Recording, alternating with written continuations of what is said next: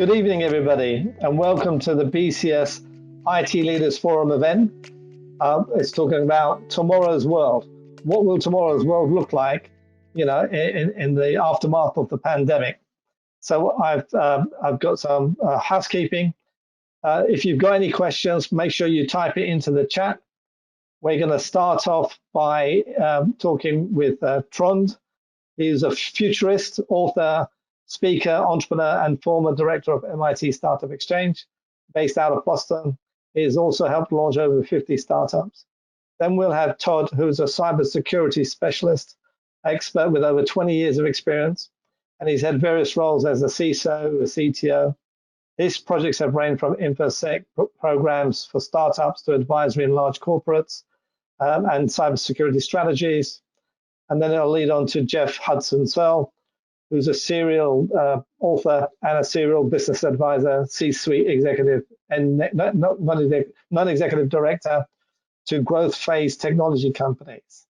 And has been rated top 250 business school authority covering strategic movement and management, strategic management and management consulting.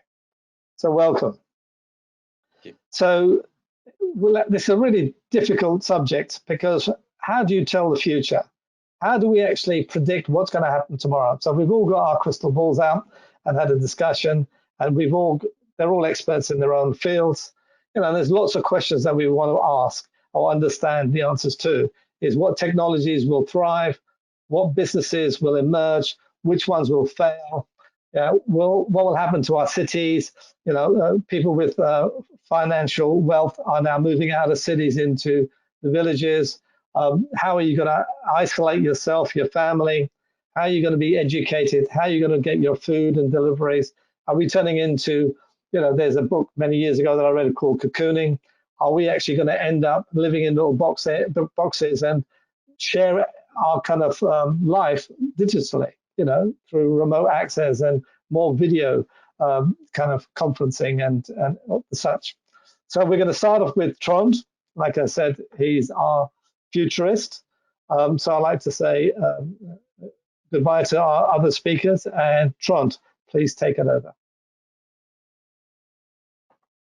All right, let's see how that goes. I think you can see my screen. This is all good. I am excited to be here. I am super excited to talk to you a little bit about the future, which for me isn't so mysterious. I don't think it's very mysterious to many people, actually. The art of futurism is often kind of mystified as, you are looking into the crystal ball, as was referred to earlier. For me, that's not at least what I'm doing. Let's see here. The mysterious thing is, yep, there we go. I actually see it as a pretty straightforward activity. So in my framework, there's kind of 5 different forces of disruption that are playing out at any given moment in time. The starting point that a lot of people look to is, of course, technology, and that's a very important one. But not to be forgotten is, the role that government plays in intermediating and regulating, obviously, society. So on the other side is government, and on the other side of technology is sort of business forces and all of the things that have to do with either innovation in business through startups or established industries and businesses around that. And I would say fourthly, social dynamics, consumer trends, habits, cultures and places, but also the social movements that from time to time appear on the scene. These are all very important in shaping the future. And there's really nothing mysterious about either of these forces. I don't know why that happened on its own. And then lastly, which I think is important in the context of the pandemic, but also because of people's concerns with climate change and other things, I think that place-based dynamics is something I have certainly been worried about and interested in for 20 years. But I think right now, with this question about cities versus escaping to the countryside, the idea of the biodiversity perhaps being very close to a cataclysmic situation, and the zoonotic diseases. And if you are in the UK, you are aware that they have just slaughtered essentially all of the minks in Denmark, and that minks have been infected with coronavirus in 5 other European countries, to add to the already kind of existing disease that perhaps came from a pangolin, or indeed a bat via a pangolin. So there's something here to do with the way that we are interacting with nature, which has to do with either the shrinking or the expanding of the space and place that humans occupy on this planet. Now, each of these factors are moving at a pace that, if you just care to look, you will understand what is happening. So the task of a futurist isn't so much to say these things exist, as much as to say the way that I think these forces are going to dial up or down in the next 1, 2, 3, 5, 10, or 20 years, is going to follow this or that pattern.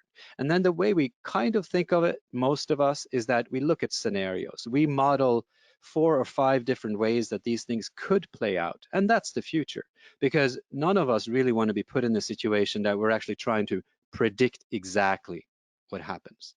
So with that as a kind of a preamble, I would say the first thing that I would both be excited and worried about, perhaps, is the trend towards augmentation.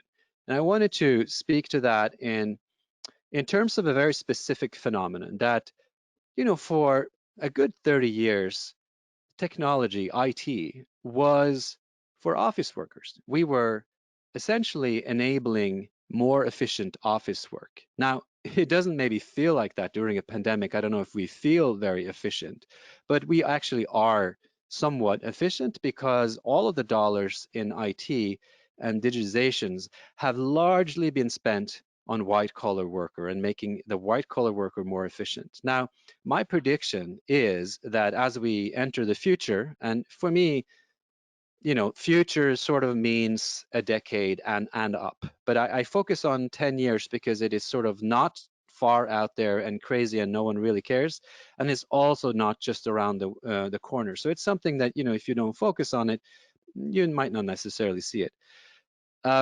So my prediction is simply that now there is a massive shift whereby digital technology is going to increasingly become really relevant to factory workers, to industry, and it will indeed not just replace workers. That's kind of a simplistic robotic argument.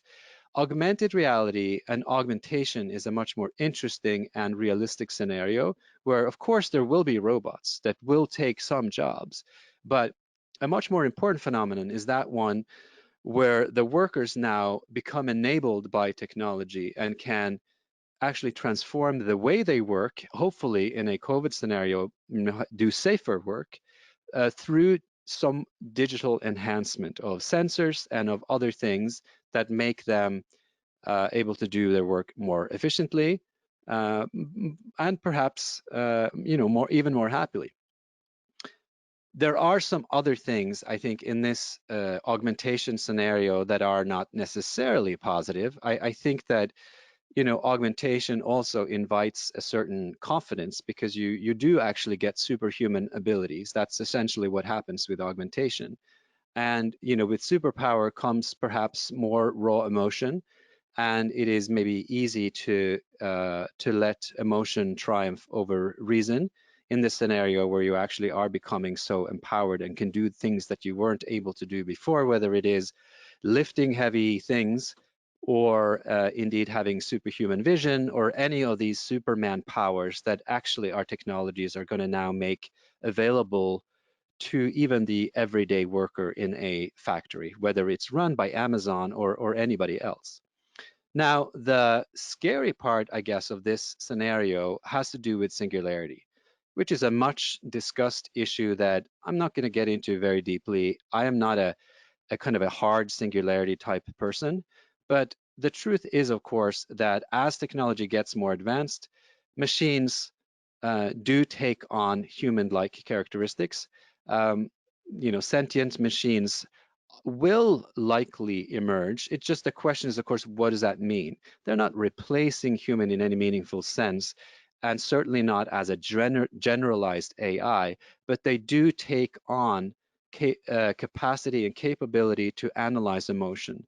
We already have plenty of startup companies that are running emotion AI techniques that can recognize face expressions, can read people, and indeed carry out many of those elements of human reality that we for very long said those are going to be the last to go and machines will never get there. I mean, this is not even the next decade. Many of those barriers were broken just last year. Lastly, I wanted to, in this sort of segment on augmentation, maybe suggest that as the stakes rise when humans become augmented because the consequences of each human action becomes larger, I think that failure also becomes a very contested area, and people might actually even resort to failure as a coping mechanism, because failure, in the way that I see it, becomes actually a quality of innovation. So if you structurally fail, or at least set yourself up to do high-risk tasks, that's actually the only way you can learn faster than your competitor or your neighbor or whoever it is that you're working together with. So happy to discuss what that means, but I'm just flagging that as we are increasingly giving our workers and ourselves superhuman ability, the potential, but also the learning factor in failure is larger. Let's move to number 2 in today's presentation for me is implosion. So it goes sort of without saying that if a good part of the environment implodes, if it indeed is true that climate change has set in and biodiversity does collapse, which it actually has started in some species, that is essentially a type of implosion. And if extreme weather becomes commonplace and the zoonotic pandemics that we were just talking about a moment ago start to rage, let's just say every decade or so, a fairly serious pandemic will hit, given these new conditions, then indeed part of that physical world is de facto kind of imploding. And the perception might become that life is safest lived indoors, which actually has a number of consequences, over and beyond what is very often talked about, because it does change the space, it changes our degrees of freedom, essentially, and it leads to a very different life. And I was going to very quickly describe that as a third kind of pillar in my presentation today, which is shrinkage, meaning habitable places or indeed places that we consider habitable, which could be a mental thing. It doesn't necessarily mean that they are inhabitable, but it could mean that we just choose not to be there because of a higher perceived risk in either outside or even, to take that argument further, in cities. I think it's unquestionable to say that human life is becoming riskier. There is, of course, a trend now that human life is rather isolated, depending, how much credit you give to augmentation technology. We are currently having a webinar, under the condition, which is very new, right? The last 6 months, where we don't really have a choice. We have a webinar because we couldn't actually organize a physical meeting. Now, the question is, will that be perceived as being relatively isolated, or will we actually now compensate with these augmentation technologies and actually start to get some solace from that and start feeling less isolated and actually feeling quite included, because after all, the conditions are the same for everyone and we are all sort of in our own digital islands. But regardless, I think that human life is becoming more fragile, or will be understood as more fragile, and if that does last, I think the consequence is that our entire world actually is shrinking, which I think for most of us is viewed as a negative thing. I'm sure some people can spin that to a positive as well, and there are a number of, hopefully in our discussion, business consequences that are very positive from some of these, or at least that can be exploited. Now, cities epitomize this high risk, right?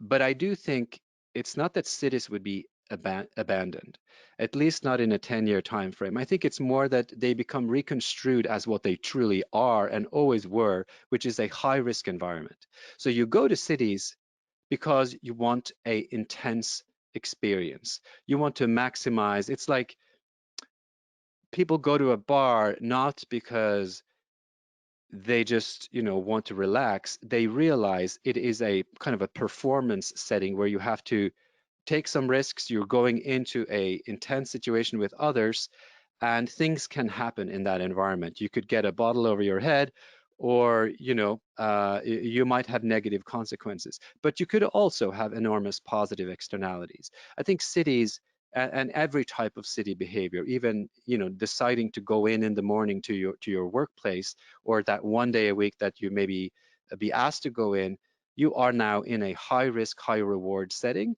and you have to maximize that with a new type of behavior that is more reflective of the fact that is now universally viewed as high risk behavior. So I think cities will perform a very different function than they did before. And unless this entire pandemic just gets completely rolled back by some miraculous vaccine, which I have a hard time thinking is possible, this will be our new reality, at least for the next decade. In this situation, there's also the potential that creativity actually becomes a little bit of a luxury. It defines our identity. It is, at least insofar as technology doesn't completely take over creativity. I'd say that within this decade, it's questionable how long humans get to hold creativity as their own sole kind of prerogative. But definitely for another 10 years, creative individuals will outperform machines, or possibly even groups of creative individuals for at least for another 10 years. Now, lastly, longevity, which is a huge discussion and perhaps the biggest emerging market on the planet, if it's defined much wider than just health, as also increased lifespan and health span, definitely within this decade sets in for the wealthy, right? So personalized medicine is expensive, at least in its current implementation, and it is not unreasonable to think that even in this decade alone, the discrepancy of life and health span for wealthy and non-wealthy, and especially for the ultra wealthy and non-wealthy, will be decades and decades in lifespan, and definitely 20, 30 years in terms of health span, which is the healthy number of years that you can be expected to live, compensating with advanced health technologies.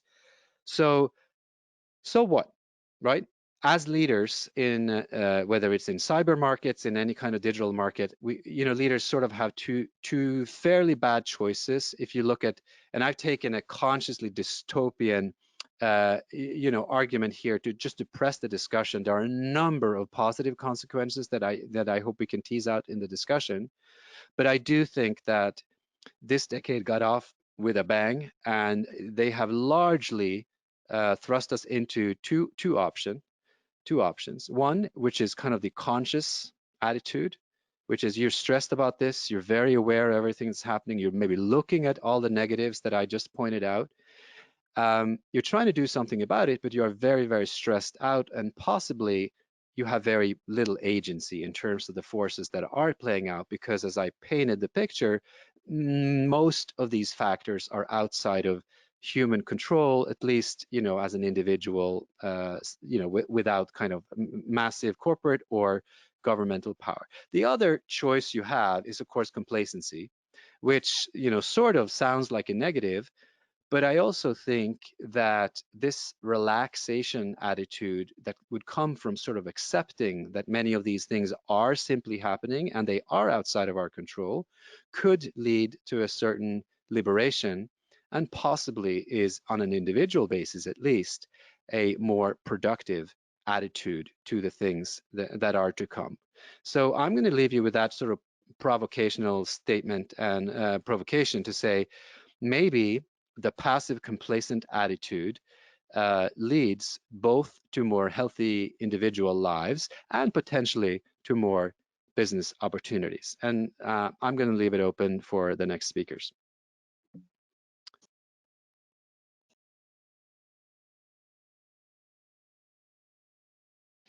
Hi, everybody. Shakib here. Just saying that the next speaker is Todd Wade.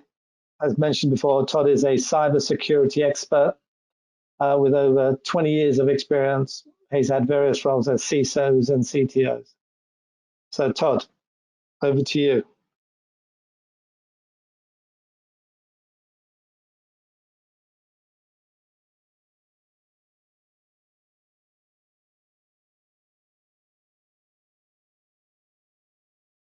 Hi, Todd.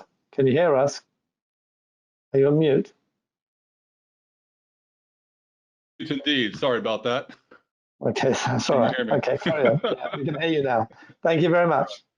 Hello, everyone. I'm going to talk today about the cyber risk and what they're going to look like in the future. You just heard a great presentation from Trond talking about all the advancing technologies. And with these advancing technologies are going to bring significant risk along with them. And so I'm going to talk through how COVID has changed the landscape and give an idea of some of the current threats and how some of these threats are going to evolve in the future and what to expect from them. Now, COVID has caused a shift to remote working. Everyone's aware of that, but it's also caused rapid transformation for companies. A lot of companies are accelerating their digital transformation programs.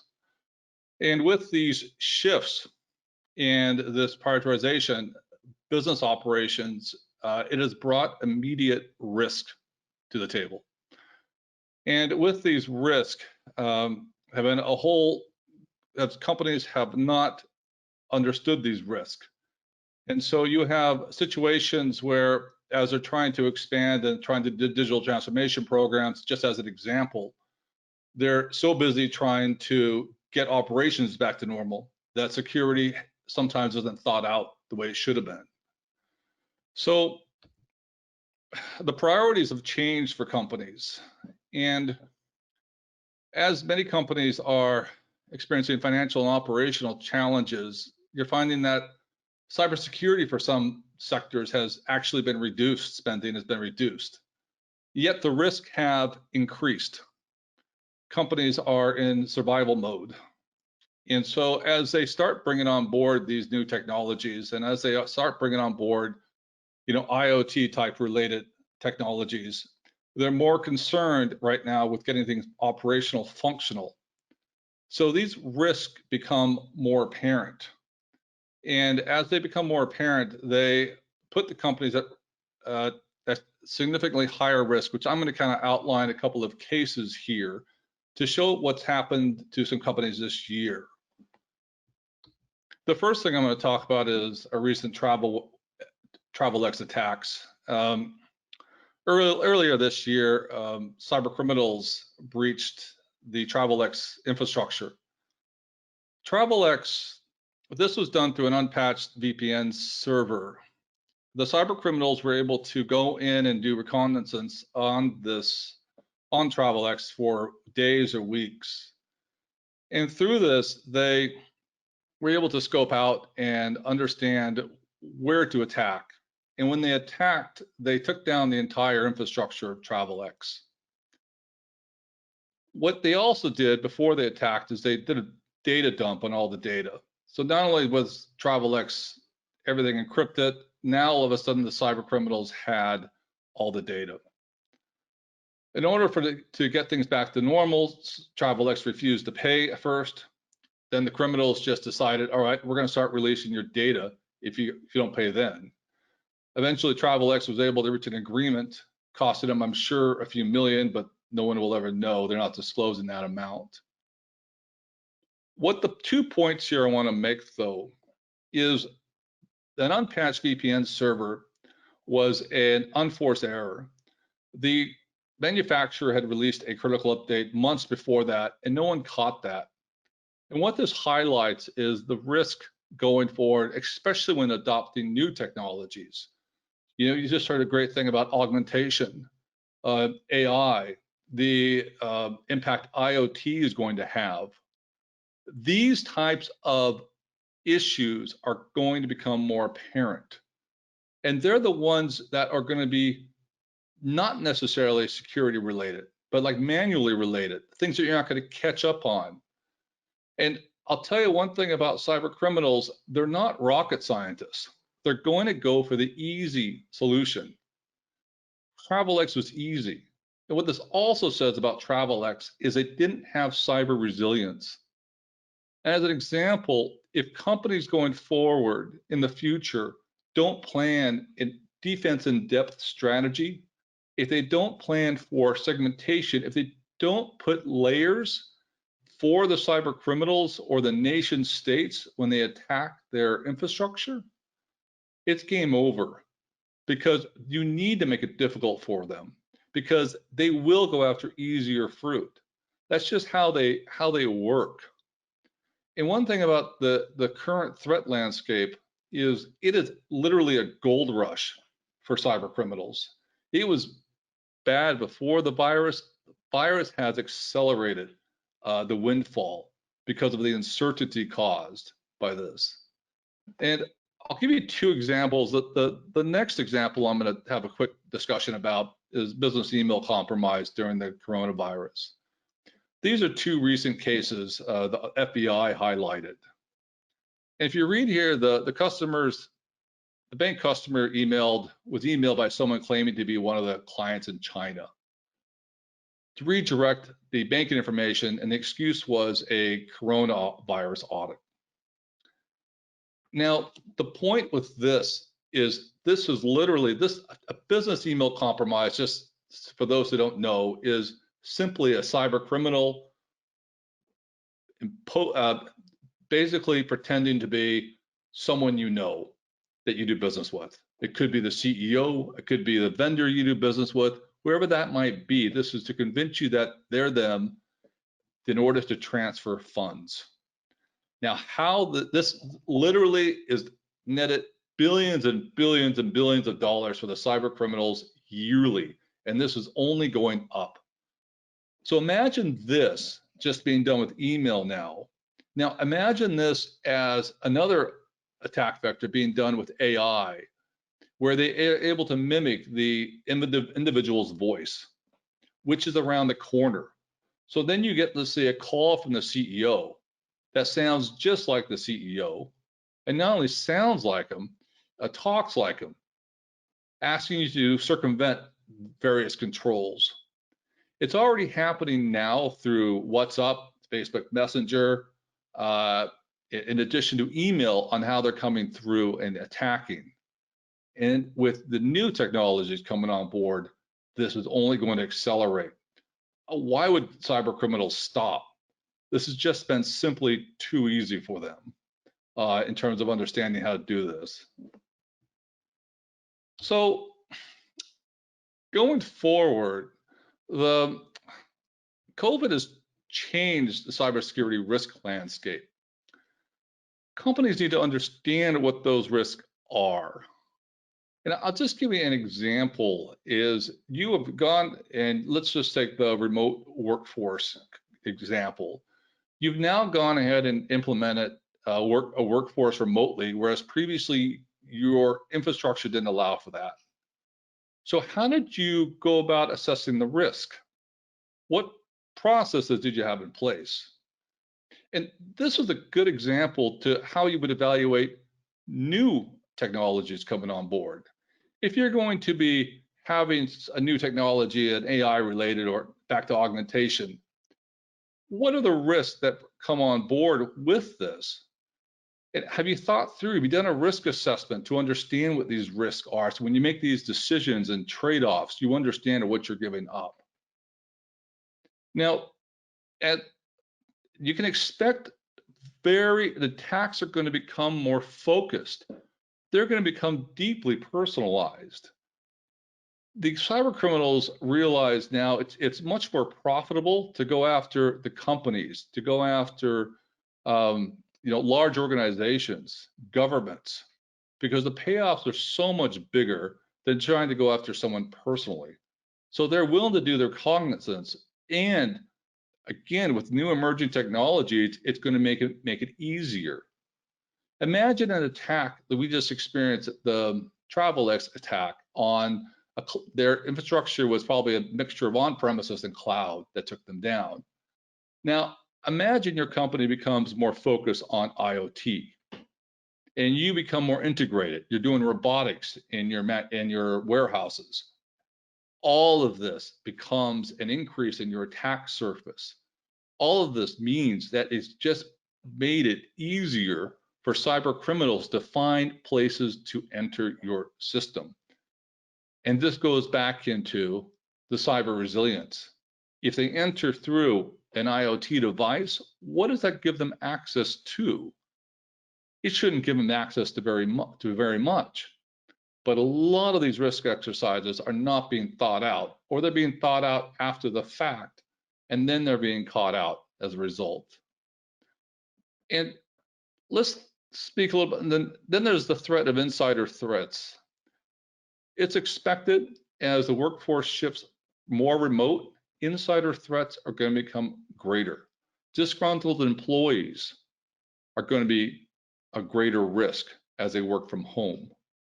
What controls do you have to monitor this?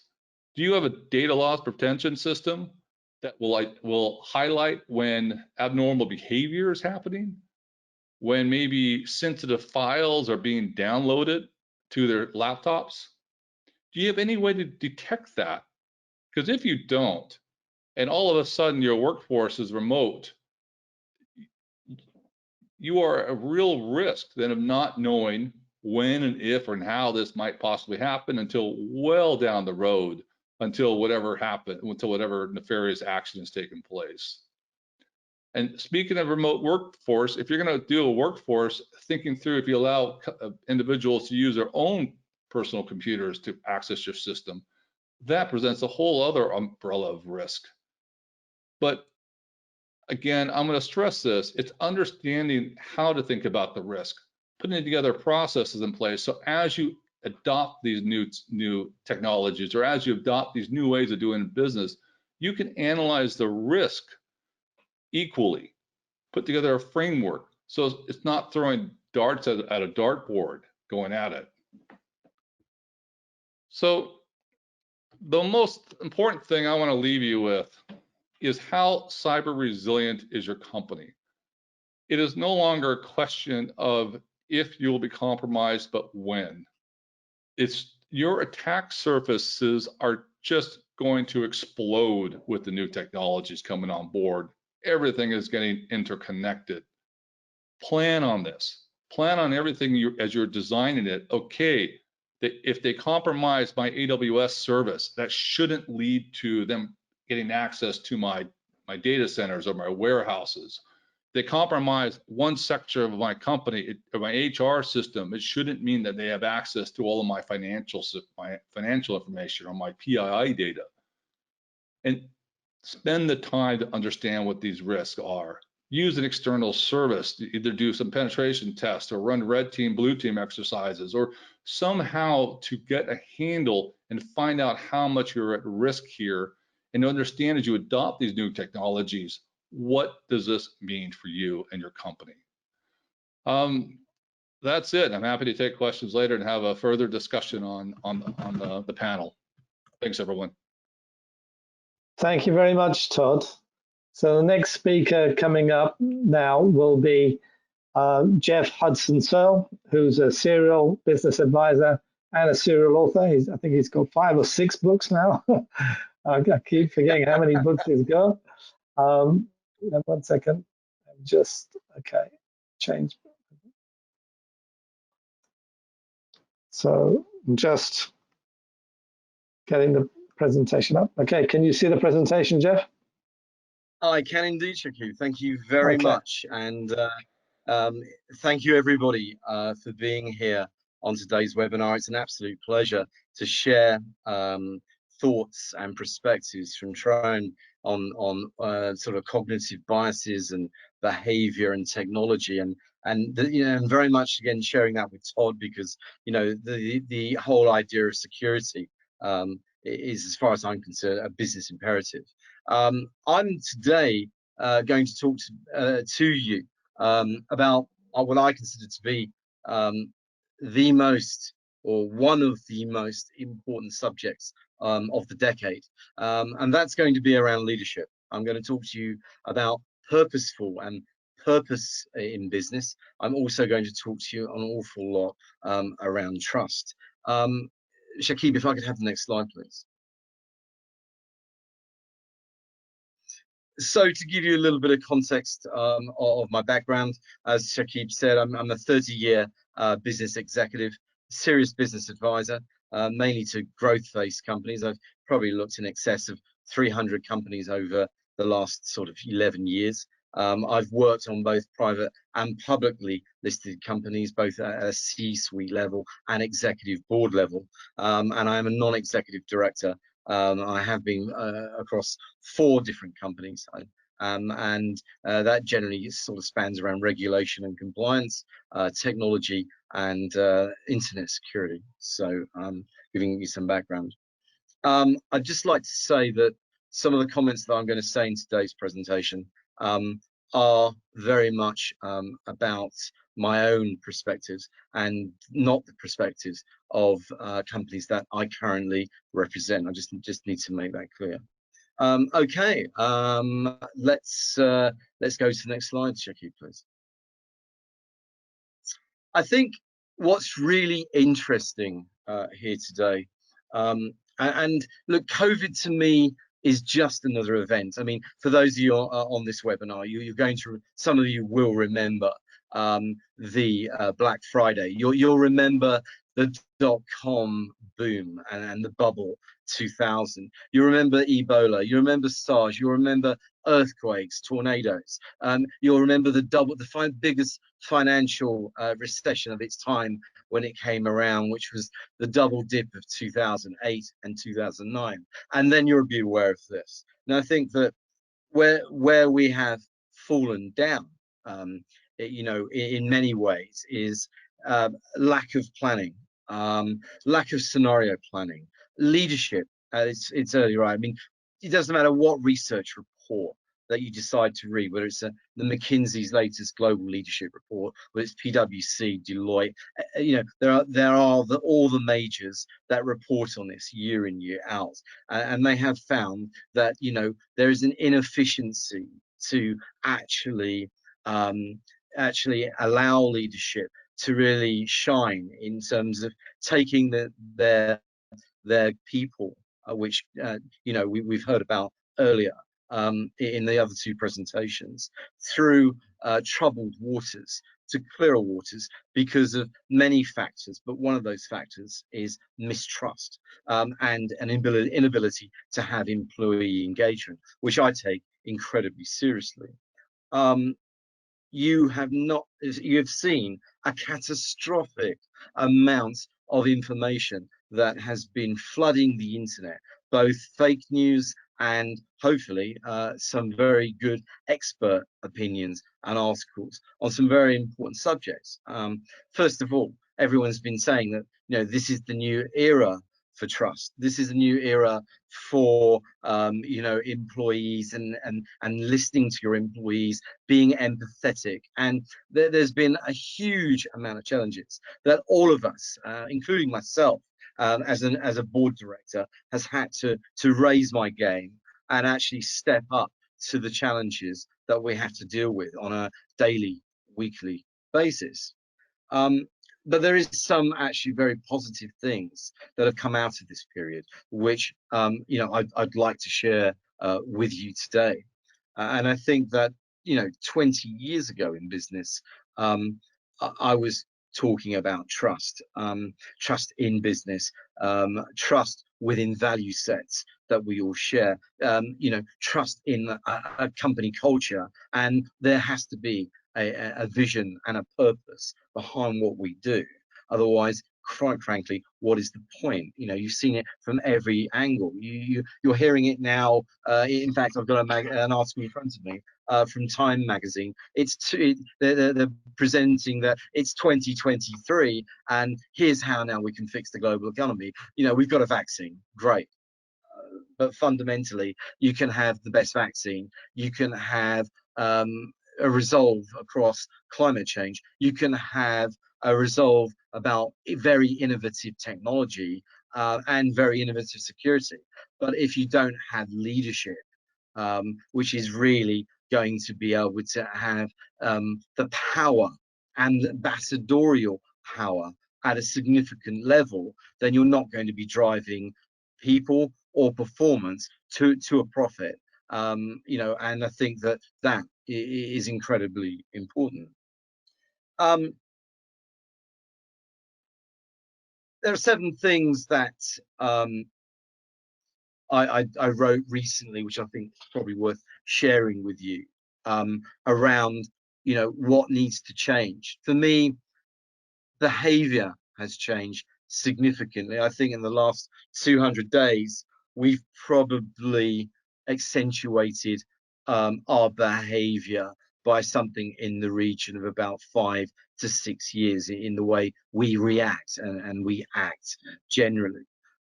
So in terms of behavior, I think what you'll see and tomorrow's world, as it were, that we're describing on this particular webinar is going to be all about the fact that I believe that the 4th and the 5th industrial revolution, the 5th industrial revolution is very near, and as near as 2021, possibly 2022, in exactly the same way that the 2nd and the 3rd industrial revolution actually came together. But what does that mean? I mean, what steps can we take to try? I mean, this is a huge subject, and obviously I've only got 20 minutes. But how can we? What do we need to look out for? And I think that there are things such as the cost of confidence.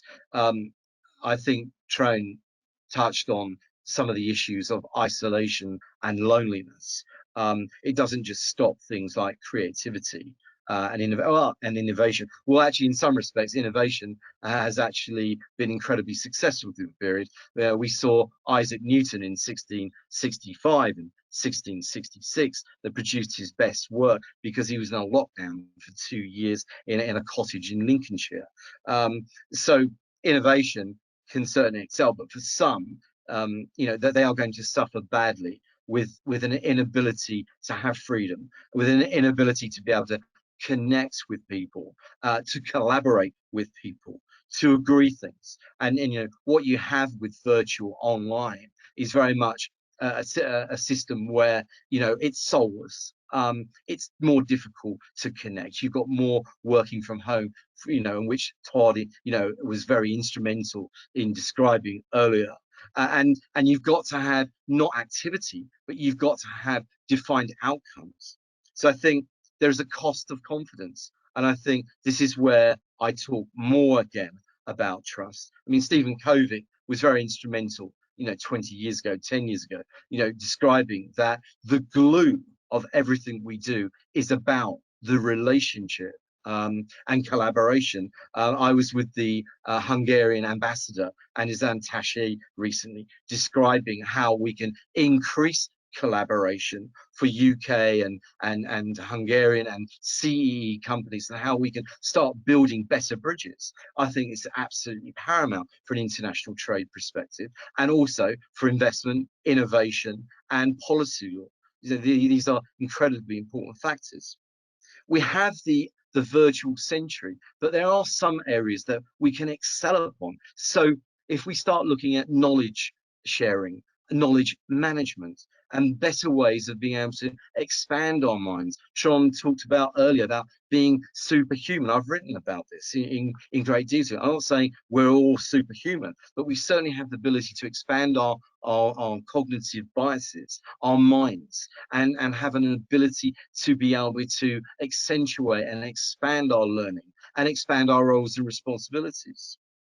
I think every business now is definitely becoming a health business. You know, we've got this event, you know, COVID-19, and we've all had to deal with health and safety, but also we've had to show an empathetic line and policy towards our staff and employees. And you know, no better time than a furlough period where you have to look after your employees. You've got to service your employees, and you've got to show that you care.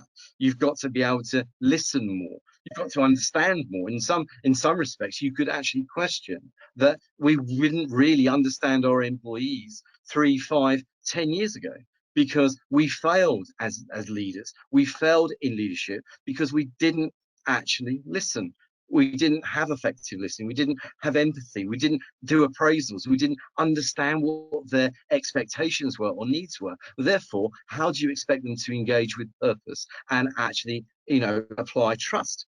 IBEM, my company, earlier in the year, we commissioned a trust report. No big surprises. That 69% of all people that were surveyed by Datapad within that piece of research said that they didn't trust their line manager and they didn't trust their CEO. So I think these are things that we have to actually start to get a grip of.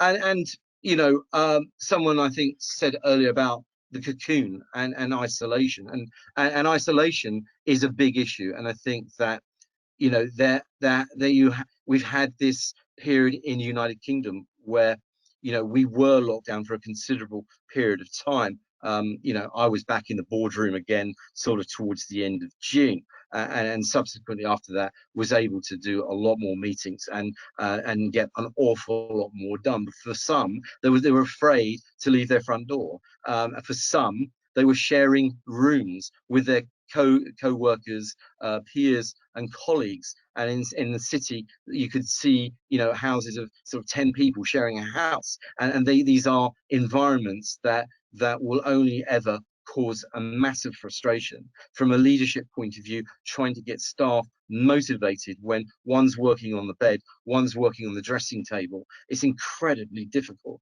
So, you have to take a bigger area of understanding with isolation. And it's not just about having great emotional intelligence and being able to address a philosophy and get people motivated, because it's going to take an awful lot more communication and an awful lot more compassion with these people in order to get them focused on the strategy and, more importantly, executing against the strategy.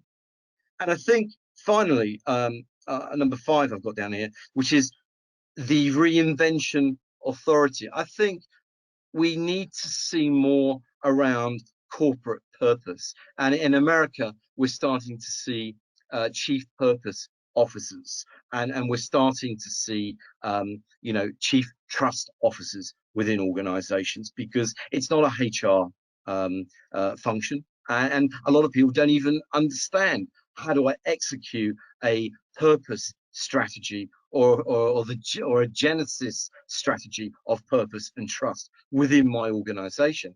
What does it mean? How do I measure this? How do I make it more effective? How can we look at performance management on what we're doing? And these are definitely important areas. Look,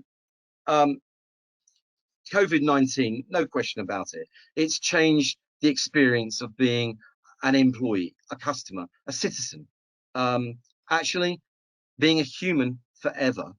We're not going back to whatever we had before, okay? It's not going to happen. Behavior has changed, and at scale, okay? And it's going to change even more. Everyone's talking about this so-called big reset. I don't believe in the reset.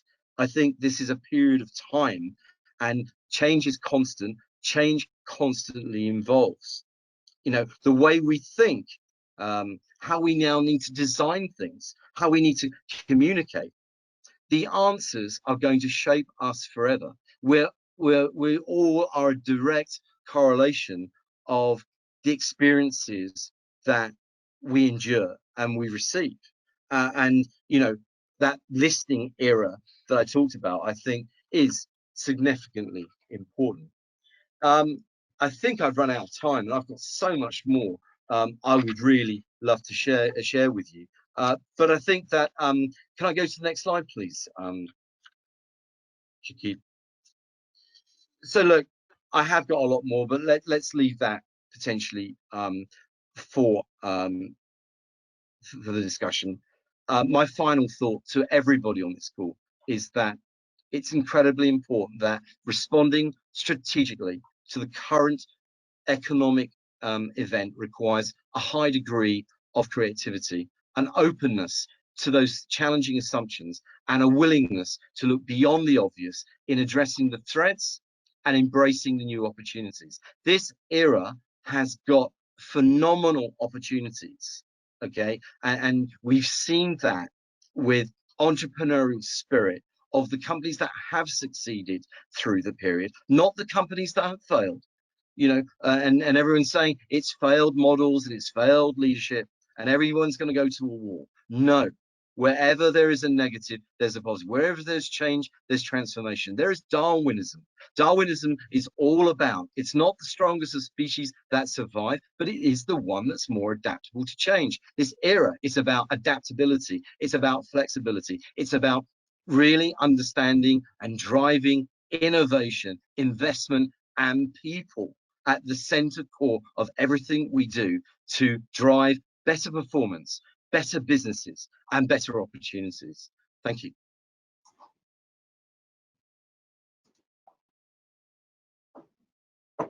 Hi, everybody. So Trond and Todd, could you put your cameras on, please?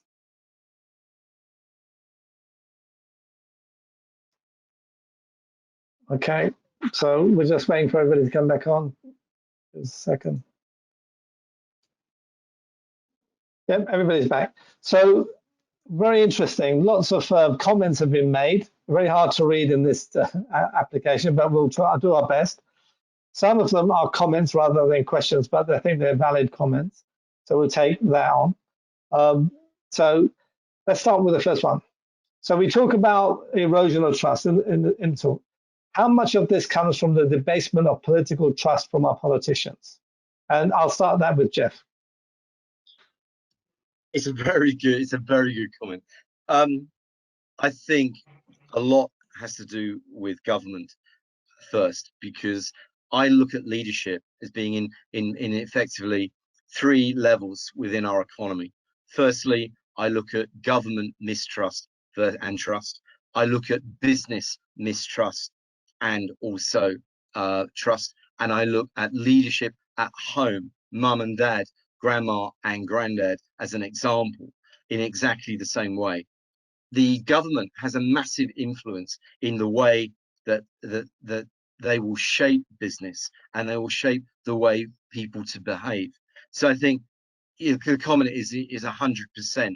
I've done studies over the last 20 years which have shown the difference between a trusted business and a mistrust. The graph line is hardly unbelievable to read, but the facts are that once you have mistrust in a relationship, in a business relationship, or whether within a business or within a government, you failed. You have failed. There is no return at that point in any respect. And that's when earlier I talked a little bit about the genesis of trust.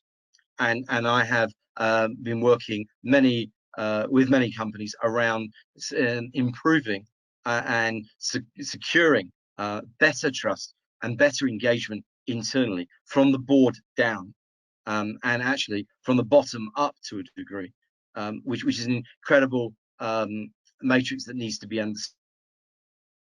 A major influence and can create a massive impact. And I think in the last few weeks, we've had a better understanding of what that looks like globally. Yeah, Trond, have you got any comment? So I was trying to fiddle with the questions. I'm afraid I'm not tuned into the actual question. If you wanted to ask, I'll ask it again. Yeah. So in the talk we were talking about the erosion of trust. How much of this comes from the debasement of politicians' trust of our politicians? So it's based on how much of this comes from the debasement of political trust from our politicians. Well, I think I agree with Jeff that the issue of trust is fundamental, whether it's to the 5th industrial revolution or to anything else. I happen to think that one thing is the politicians, but I think that generally the social contract is under threat. So I think we were asked a little bit by some of the people asking questions to be balanced in our statements. I don't want to be misunderstood here to say, as a futurist, everything changes. That's certainly not my opinion, but on this question of trust, I do think that we are actually at a pivotal moment. For a couple of reasons, and it's not related to the politicians. They are just a reflection of where we are. In fact, in my book, they are largely, they're two things. Politicians are just a reflection of a reality that has happened, for a long time. Now, that doesn't mean that some of the regulations they put in place can actually shape the future, such as, the EU today slapping a big fine on Amazon. I think that's an interesting the development that's possibly going to reshape our debate around big tech. So it's not like government can't have an impact. But in terms of trust, I think it's bigger than government. The problem is that we live and are living increasingly in a post-democratic society. What do I mean by that? What I mean is that the social contracts that democracy was based on is a nation-state concept that was established in the Treaty of Westphalia 300 years ago. That is not a type of social contract that can survive our digital age. So we need to rapidly actually move into a post-democratic type of governance structure where there both is local and global accountability in a much different way. So I'm actually, looking forward to trying to figure out how we can create an organization that far outshines the United Nations in terms of its scope post this particular crisis, but also that is much more an allowance of local initiative and stuff like that. And we need to find ways to minimize the nation state because it has utterly negative consequences on things like coordinating a pandemic. Even the best of nation states has really, really struggled when it comes to establish the kind of trust needed to implement and monitor a pandemic, but also ostensibly any other relevant things such as supply chain or anything else that's been going on wrong here. In fact, I agree with Jeff, the pandemic is just like another event. This is true. It happens to be a pretty big event, but that doesn't mean that either politicians are to blame or that we will go into some sort of big reset or new normal. However, I would gently disagree with Jeff in that it doesn't mean that everything changes. This trust equation, for instance, might pop back. So politicians are out of trust right now. I don't think that's unshakable. I do think it has to do with the fact that they are dealt with very bad cards. It's impossible to do politics these days because they are sitting with meaningless tools. No, a very interesting comment. Thank you. Todd, have you got any comments to make? I'll say this. I would say that technology has rapidly changed the spectrum, and we haven't known what to do with it. And I think as technologies accelerate, this is going to compound it even worse. New tools are in place, and we don't have any controls to we don't know how to manage it. And now you're seeing kind of like the Wild West happening. And this needs to get under control because it's only going to get worse with the new incoming technologies. So yeah, that's my take on it. Oh, interesting. So the next is a very simple question. I'll give this to Trond. To what degree should we create the future we want? I think to every degree, but the future we want cannot be just an individual future we want. I think collective solutions here, to some degree, is a solution. Having said that, I read in the question a certain bent, at least, me right now, I live in the United States, and this individual freedom concept has become very clear to me. It's very important to people. I'm sure it is in the UK as well. I think we need to create the future we want. However, we don't, as individuals, as I try to point out in my slides here, my argument is we simply don't possess the tools to create that freedom on a grand scale. I was shaken by the pandemic, not so much because I'm, dead scared of a pandemic, but because it reshapes my ability to control and foster for my 3 kids and how their future is going to look like. It rapidly changed the time scale within which the planet is going to implode on itself. So those kinds of things are just beyond individual control. So I think, however, within that, you can recreate a discussion about the things that are within your scope of control. And I think Todd's point about technology and cybersecurity, both is that a massive business opportunity, but also I think regulatory tools that control rights and identity of digital technology, where we can kind of get some sort of handle on who are the rogue and non-rogue actors, and then realize that we are all going to be rogue and non-rogue actors, right? Because cybersecurity, for instance, is not one where it's black and white. We could all inadvertently actually be a security risk to our own organizations or families just by inadvertently sharing information we weren't supposed to, or hitting the wrong button. These are issues that are much more than black and white. So yes, creating our own future, but this future is complicated, and we don't currently have individually or as companies or governments the regulatory or even just the practical tools to make those things happen. So I think massive business opportunity for cybersecurity, identity solutions, anything of that sort. And I think they will have to reshape government the way we think of it. And I'm in favor of a commons-based approach where you basically, it's not a democratic treaty related to individual territory-based countries, but it is a global contract based on the fact that we are in this ship together. Let's all just try to contribute what we can and find ways that we can rebalance, but of course do business within those constraints. So yes, that is what I would consider happiness. Oh, very interesting. Todd, have you got anything to add? Yeah, it's a great point that Tron just made, and yeah, it's going to be back to the understanding the risk side of things as well, not just in terms of understanding what to accelerate, what not to accelerate, because there's a trade-off there. And if you don't take that into account, and don't take into account the trade-off, and don't understand the trade-off, there'll be unfortunately, some very serious consequences because of that. So that's all I would say to that. Yeah. So Jeff, shall I repeat the question? Or are you okay? No, I'm good with the question. Okay, there's two things here. The first thing is, yeah, I agree with both Tron and Todd in their commentary. But two things here. First thing is that you talk about can you effectively realize your dreams, and that could be from an individual point of view. But you've got another big problem, which Tron did sort of touch on, which is the fact that governments are not too intrinsically involved with business and regulation. People need to take a greater amount of accountability and responsibility, and across things such as the regulation. The FCA have got sandboxes, which I think is a step forward, but it's not the answer, because our regulation in the UK is the strongest in the world. You look at Europe, it has one form of regulation. The US is waking up to certain regulations, and Asia is very relaxed. We are never actually going to go forward unless regulation is unified.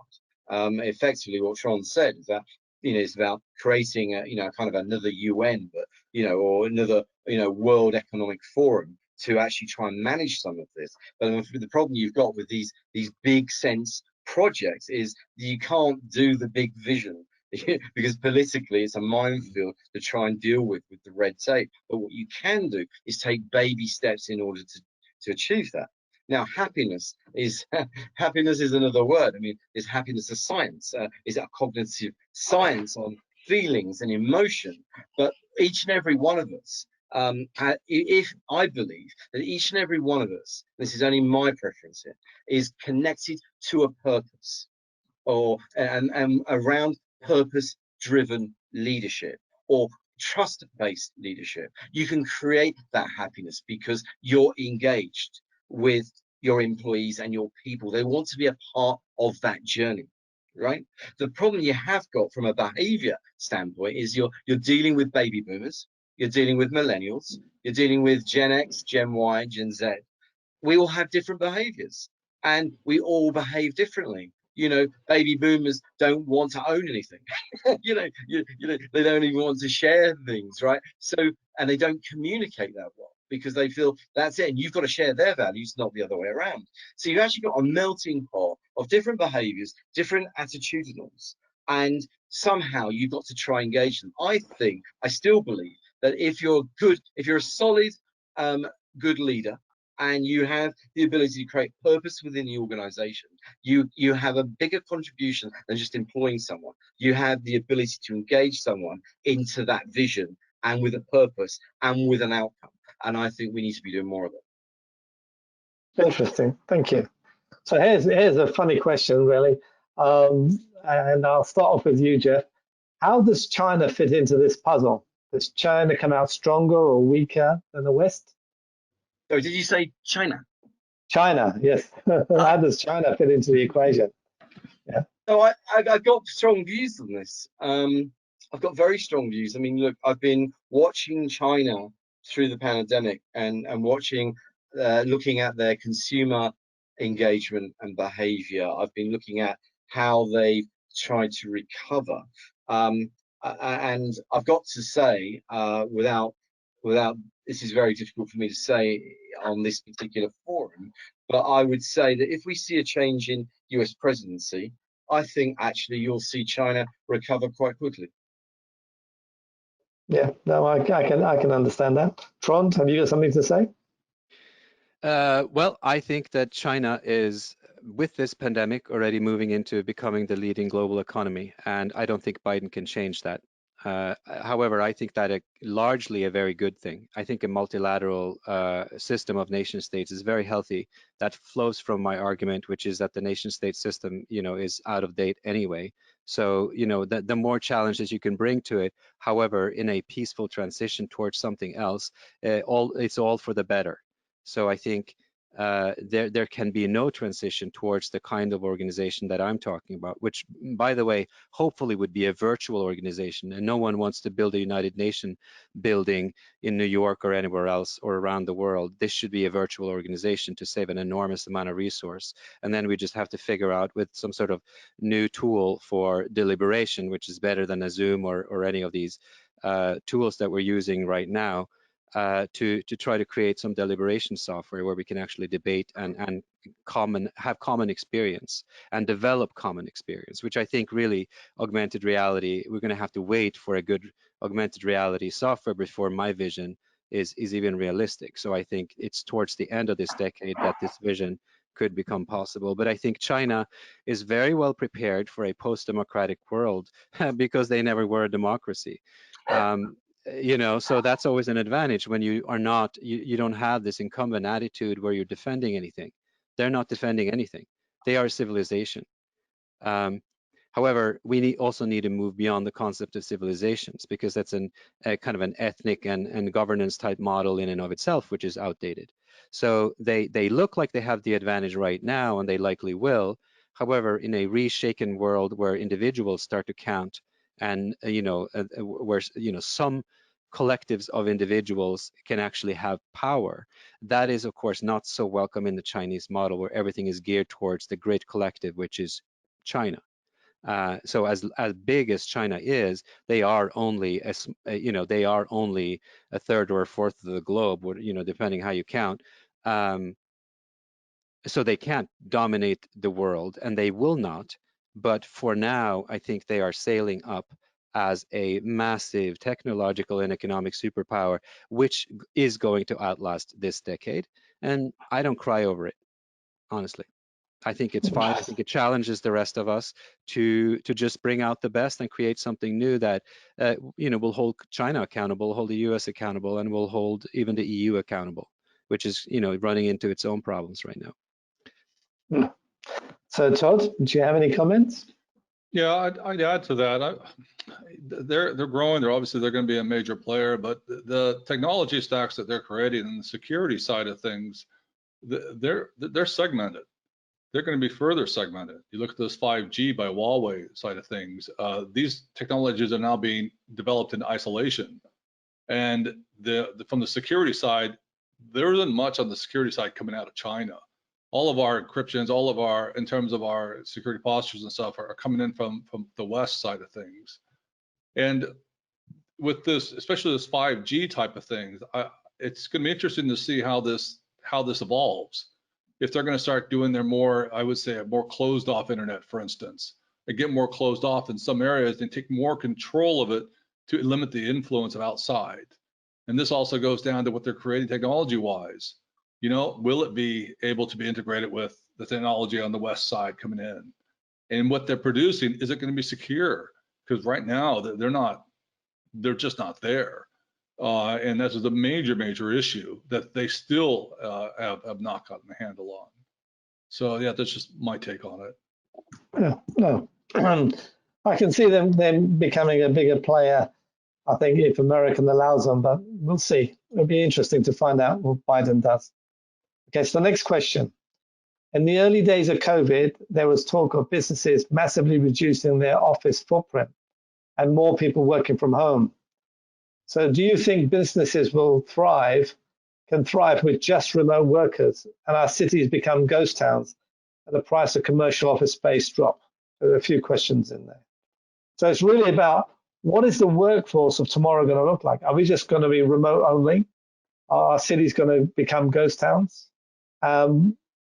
It's a quite an open question. So shall I start off with Trond?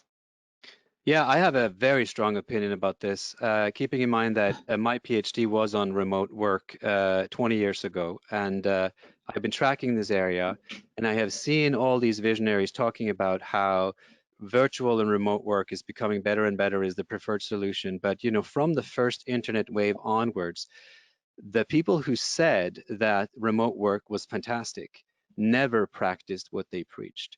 And I think this is the one aspect of the pandemic where I actually disagree with Jeff, or, you know, he can speak for himself, but if he seemed to be saying that, you know, cities are somewhat dead, I think that on this particular issue, until we truly become a virtual species, which I don't think we are yet, and as I said, I am bullish on augmentation technologies, you know, especially for factory workers because they had none, and frontline workers because they have been extremely exposed. So hopefully we can put something in place for them.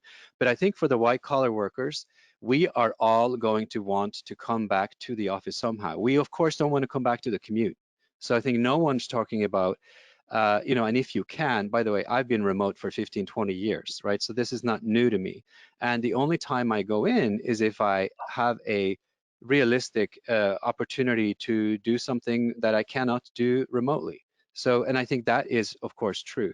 What will that mean? I definitely think that nobody that doesn't have to or is forced by their boss will come back to the office in a city 5 days a week. I think, yes, there's going to be a temporary shrinking of the focus on commercial real estate, but whether that will mean, you know, a ghost town, I do not think that New York is going to ever be a ghost town, right? There's just simply a human inclination to be together. And as I said, it's high risk, high reward.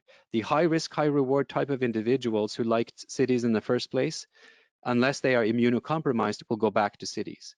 The wealthy will go back to cities because we're seeing this play out already. I predicted in my book, Pandemic Aftermath, that we will see enclaves of wealthy societies either splitting out from the rest of the world, creating purpose-driven kind of residential communities, you know, with their own virus control, or that existing jurisdictions will just simply close down. I live in a city in America, which is, you know, one of the top 10 cities for wealth. And what has happened here is, even though the rest of the society has collapsed, private dollars has come into schools and is paying for weekly testing of all of the students and staff in the school.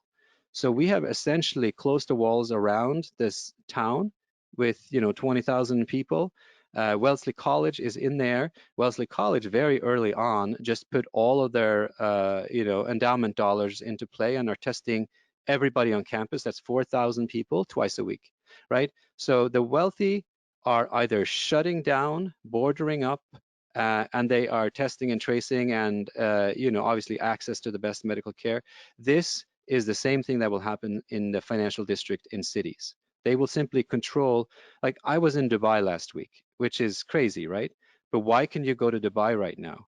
because there's a COVID test before you can board the flight. There's a COVID test before you can enter the country. And there's a COVID test between Abu Dhabi and Dubai. So this kind of a logic will obviously happen in wealthy parts of the world and will largely, they will escape unscathed from the pandemic. Now, that doesn't mean that an awful lot of people in London will lose their jobs, because there's going to be a shift. You know, the entire restaurant sector is dead, right? The entire airline sector, the airplanes will have new owners. I'm not saying there's not a shakedown, but to think that cities are going to be empty, those people have not read Sociology 101. Good stuff. So, Jeff, what is your opinion?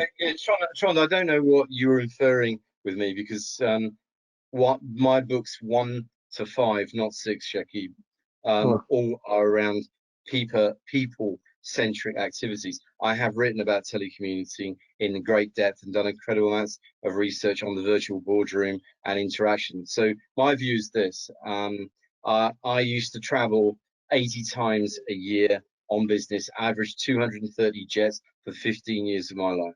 Traveled every country in the world, pretty much. And SARS was a case of putting into my ear, red or green, you can go.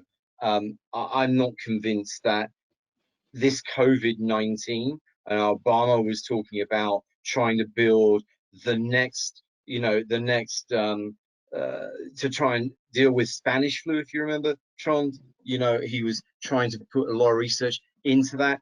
COVID-19 will be forgotten. There'll be something else. There'll be the next virus, the next virus, the next virus. If that's the way it's going to go, cities won't be empty.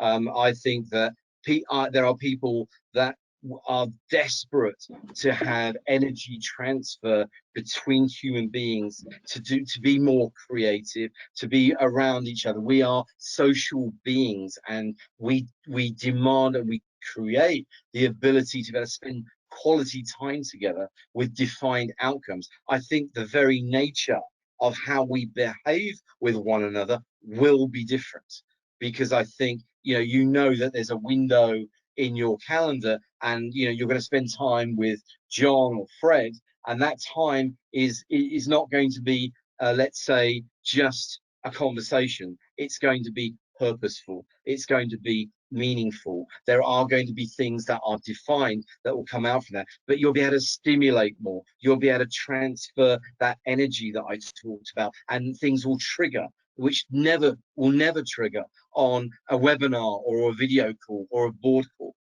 These are very different outcomes. The office will be skeleton, and I think it'll be rotated, and I think that there'll be people, again, in groups coming in at different times. A good friend of mine in the US, her daughter is in university in London now. They've created groups now for them within the university to spend time with, and I see that will mature, and I think that will over time. But I agree that the bustling of the intensified city and the larger towns, and the ability for human to actually play an important part, I don't see that changing. I think that it won't be going back to what we had, and it certainly will be not what we have today. It'll be very different. And your scenario of Dubai, Abu Dhabi is absolutely what the rest of the world should be absolutely adopting.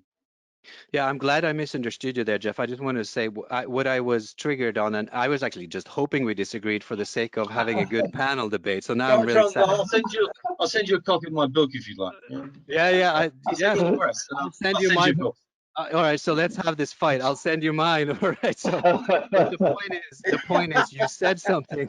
Behavior has changed at scale, and I of course I agree with some of that, but I'm just saying it is important to keep in mind that as some things change, some things don't change, and in every big change there are certain things that don't change. It's to keep that in the head at the same time and realize which things are not going to change is also the task of a futurist. And I think they are not so clear which things won't change.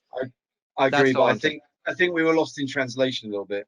But I 100% agree with your thinking. This is quite interesting, because being in the security and tech sector, I've been working with so many remote people for years now.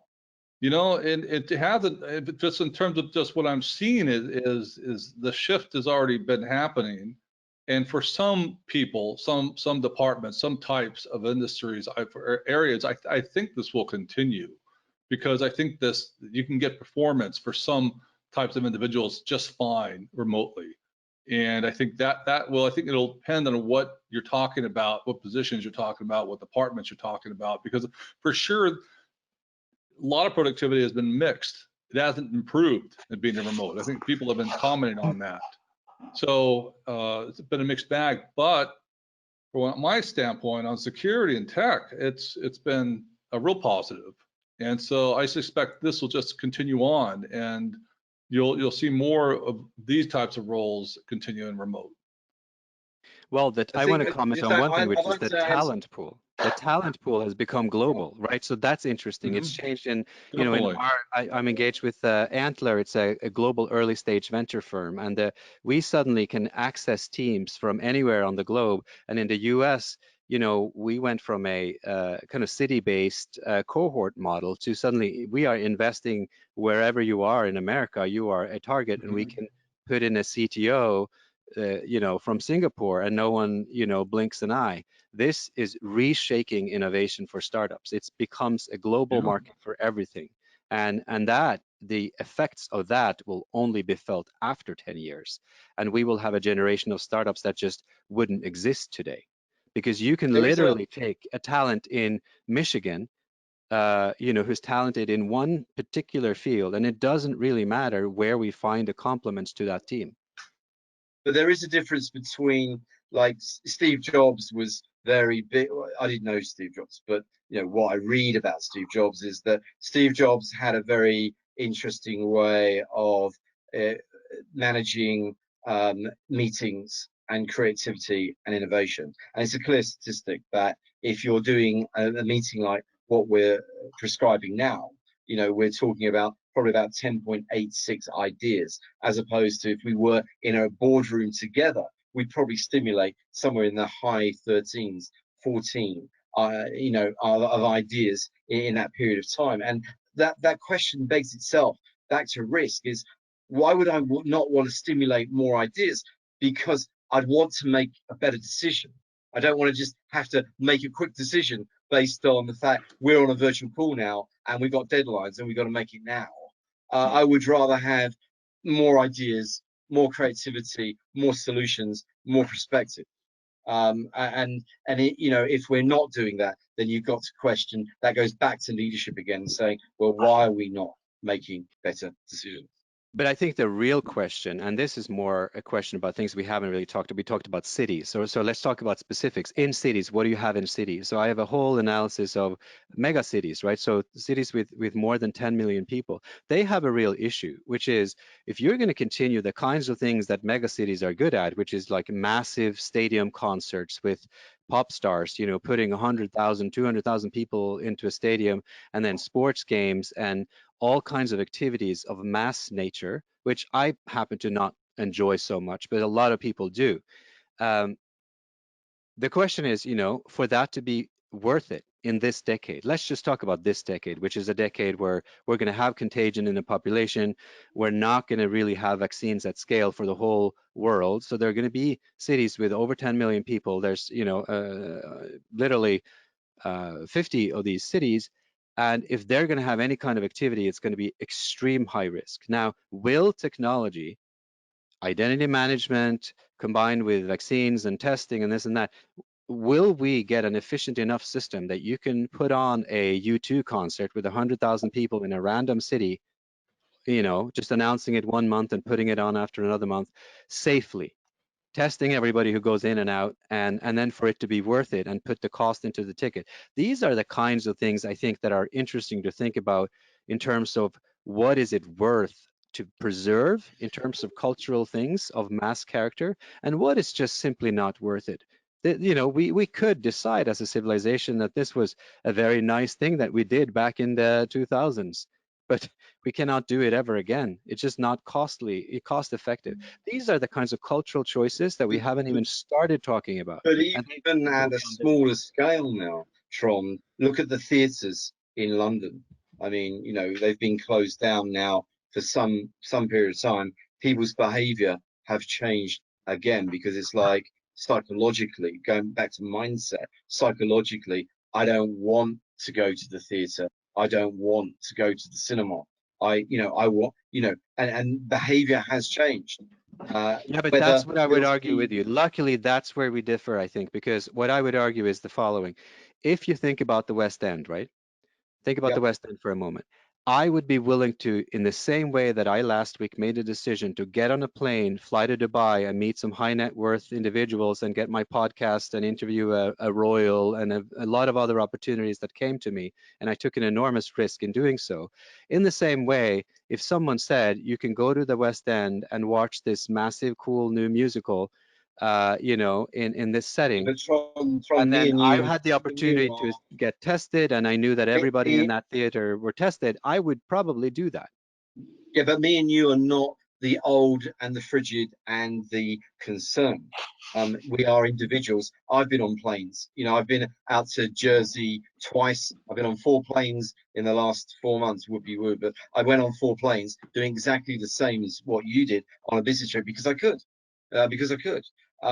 There's a difference, but if you are frigid, scared people that are not from the city, from remote areas, that have been fed a lot from the media, there's a psychological mindset here. Not people like me and you that would jump on a plane and go to see something because it's innovative, it's new, and we might learn something. That's a different mindset.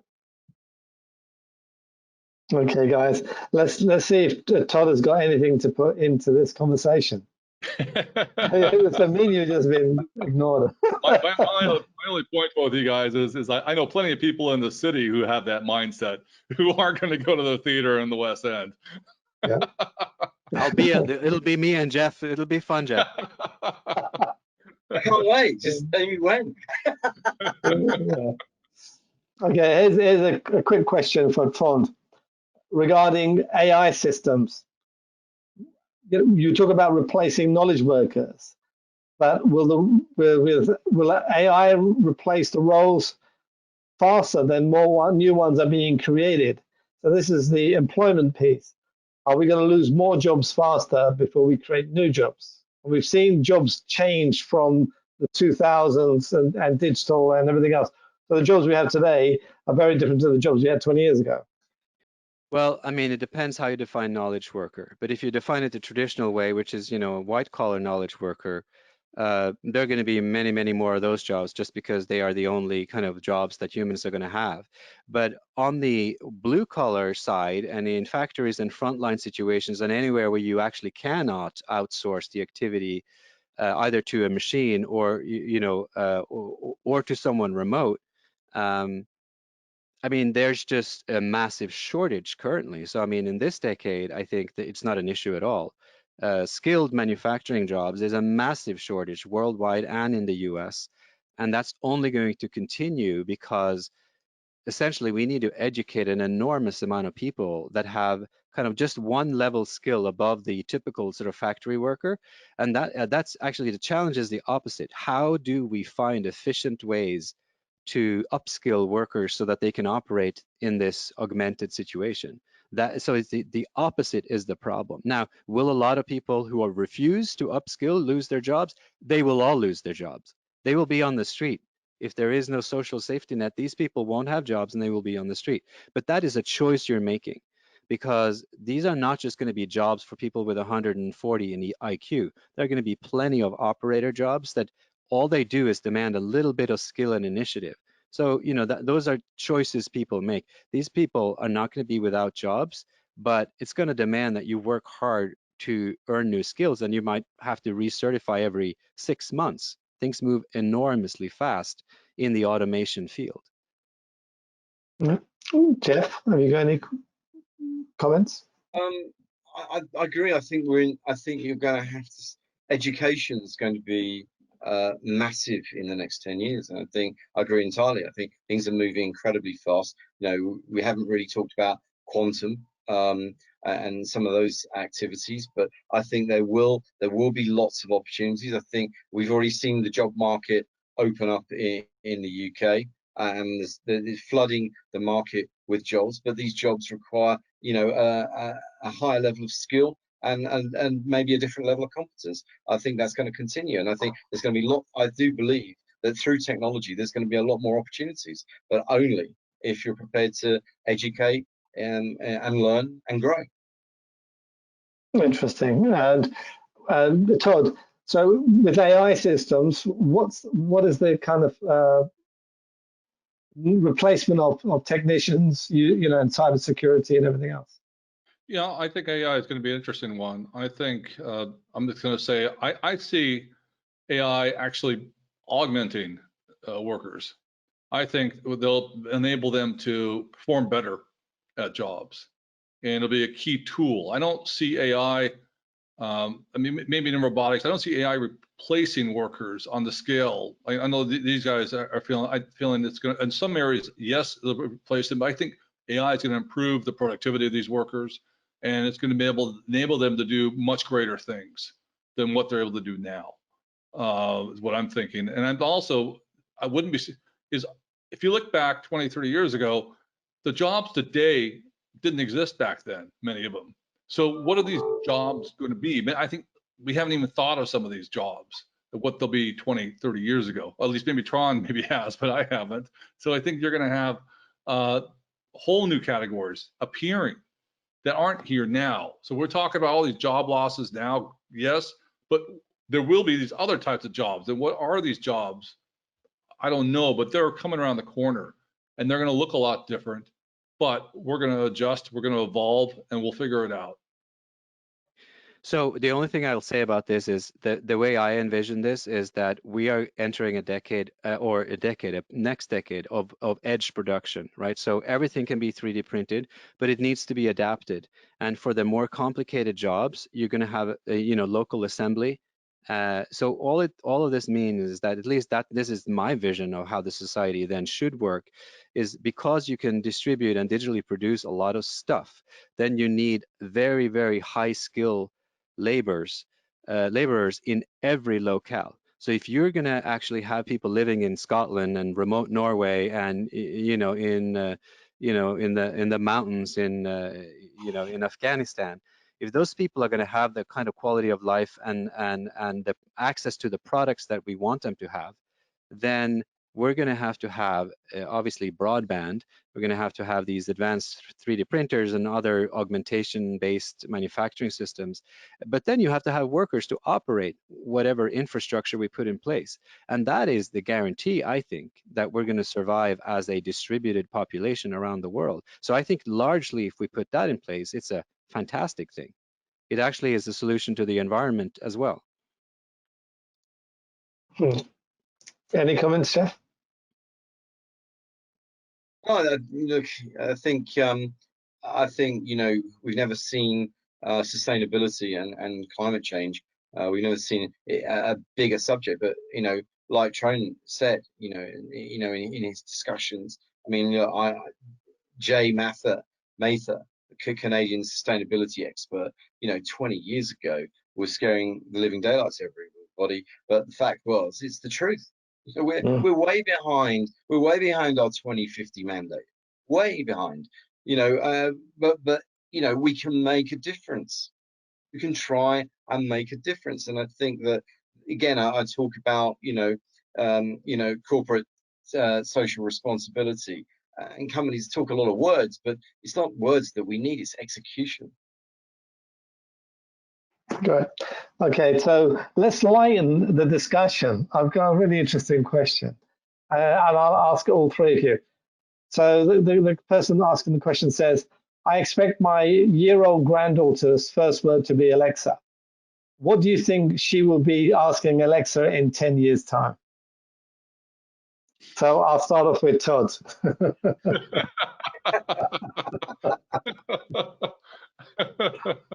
My first thought is like, can you do my homework?